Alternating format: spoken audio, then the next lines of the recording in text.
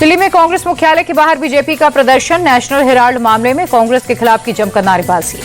National Herald मामले में कांग्रेस के आरोपों पर केंद्रीय मंत्री हरदीप सिंह पुरी का पलटवार। बोले कोई राजनीतिक प्रतिशोध नहीं, डी अपना काम कर रही। हरदीप सिंह पुरी बोले हमारी सरकार 2014 में आई, मामला 2012 में शुरू हुआ था। अगर जनता के पैसे का अपने निजी हित के लिए इस्तेमाल करेंगे तो खामियाजा भुगतना होगा। नेशनल हेराल्ड मामले में बीजेपी का प्रदर्शन। चंडीगढ़ में बीजेपी कार्यकर्ताओं ने सोनिया गांधी और राहुल के खिलाफ की नारेबाजी। पुलिस ने प्रदर्शनकारियों पर वाटर कैनन का इस्तेमाल किया। मुर्शिदाबाद हिंसा पर कलकत्ता हाईकोर्ट में बंगाल सरकार की रिपोर्ट का उपद्रवियों ने हिंदुओं को टारगेट किया। पुलिस वालों को भी जान से मारने की कोशिश हुई। रिपोर्ट के मुताबिक उपद्रवियों ने हिंदुओं के घरों को निशाना बनाया। 8 अप्रैल को जंगीपुर में 8 से 10,000 लोग जुटे। 11 अप्रैल रघुनाथगंज और शमशेरगंज में हुई थी हिंसा। मालदा में रिलीफ कैंप में पश्चिम बंगाल के गवर्नर सीवी आनंद बोस। मुर्शिदाबाद हिंसा पीड़ितों से मुलाकात कर जाना हालचाल। राष्ट्रीय महिला आयोग की 3 सदस्यीय टीम मालदा पहुंची। रिलीफ कैंप जाकर हिंसा पीड़ित महिलाओं का दर्द जाना। महिलाओं ने रोते हुए अपनी आप बीती बताई। रिलीफ कैंप में हिंसा पीड़ित बच्चों से भी मिली राष्ट्रीय महिला आयोग की टीम। हिंसा पीड़ितों को न्याय का दिलाया भरोसा। मुर्शिदाबाद हिंसा पीड़ितों से मुलाकात के बाद बोले एनसीडब्ल्यू के अध्यक्ष विजया राहतकर, महिलाओं को बहुत तकलीफ हुई, घर चले गए, यौन उत्पीड़न भी हुआ। मुर्शिदाबाद में राष्ट्रीय मानवाधिकार आयोग की टीम हिंसा प्रभावित इलाके जाफराबाद का किया दौरा। पीड़ित लोगों से की बातचीत। मुर्शिदाबाद हिंसा पर केंद्रीय मंत्री ज्योतिरादित्य सिंधिया बोले जो राज्य सरकार राज्य में शांति सुनिश्चित नहीं कर सकती उसे सत्ता में रहने का अधिकार नहीं। विदेश मंत्रालय ने पश्चिम बंगाल मामले में बांग्लादेश के अधिकारियों की टिप्पणियों को किया रिजेक्ट। प्रवक्ता रणधीर जायसवाल ने लिखा बांग्लादेश अपने अल्पसंख्यकों के अधिकारों की रक्षा पर ध्यान दे। वक्फ पर सुप्रीम कोर्ट के आदेश पर all India Muslim personal law board के चीफ का पहला रिएक्शन। सैफुल्लाह रहमानी बोले कानून में बहुत बदलाव की जरूरत है। सैफुल्लाह रहमानी बोले कानून वापसी तक हमारी लड़ाई जारी रहेगी, सरकार पर प्रदर्शन का दबाव बनाते रहेंगे। पीएम से दाऊदी बोहरा मुस्लिमों की मुलाकात पर बयान। सैफुल्लाह बोले बोहरा समाज अपना अलग वक्फ बोर्ड चाहता है, सरकार को उनके लिए अलग बोर्ड बना देना चाहिए।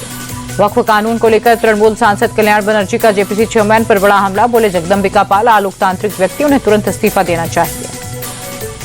हैदराबाद में जुमे की नमाज के बाद नमाजियों का प्रदर्शन। वक्फ कानून को लेकर सरकार के खिलाफ की जमकर नारेबाजी। देहरादून बीजेपी कार्यालय में वक्फ सुधार जन जागरण अभियान को लेकर कार्यशाला। मुख्यमंत्री पुष्कर सिंह धामी हुए शामिल। न्यायपालिका पर उपराष्ट्रपति जगदीप धनखड़ का बड़ा बयान। बोले न्यायपालिका से लोगों का विश्वास उठ रहा, जज राष्ट्रपति को निर्देश दे रहे।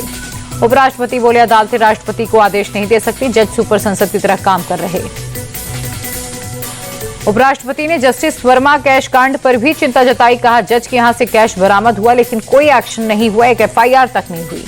उपराष्ट्रपति के न्यायपालिका वाले बयान पर तृणमूल सांसद कल्याण बनर्जी का अटैक। बोले संवैधानिक पद पर बैठे व्यक्ति से ऐसी अपेक्षा नहीं थी।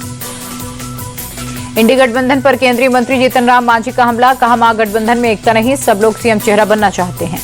बिहार बीजेपी के अध्यक्ष दिलीप जायसवाल का महागठबंधन पर हमला। कहा तेजस्वी यादव कोऑर्डिनेटर नहीं ऑर्डिनेटर हैं, बिहार में कांग्रेस झोला टांगने वाली पार्टी। पटना में आरजेडी नेता मृत्युंजय तिवारी ने बीजेपी पर बोला हमला। कहा एनडीए की नाव डूबने वाली है, उनके कई सहयोगी महागठबंधन में आने वाले हैं।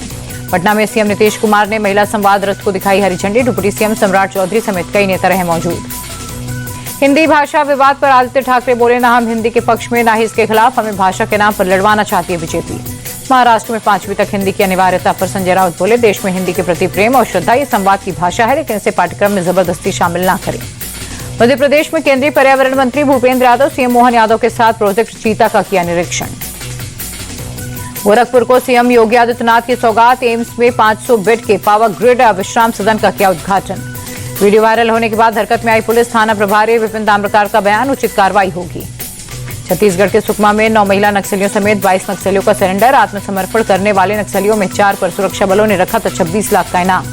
प्रधानमंत्री मोदी ने उद्योगपति एलन मस्क से फोन पर की बात, ट्वीट कर दी जानकारी। बोले मस्क से कई मुद्दों पर बात की।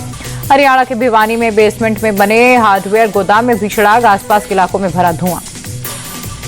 हैप्पी पासिया की गिरफ्तारी पर पंजाब डीजीपी गौरव यादव का ट्वीट। आईएसआई समर्थित टेरर मॉड्यूल के खिलाफ बड़ी कामयाबी, पंजाब के हर व्यक्ति को सुरक्षा देना हमारा संकल्प। यूपी के बरेली में पत्नी ने प्रेमी के साथ मिलकर पति की जान ली। पहले चाय में चूहे मारने की दवा पिलाकर बेहोश किया, बाद में गला दबाकर की हत्या।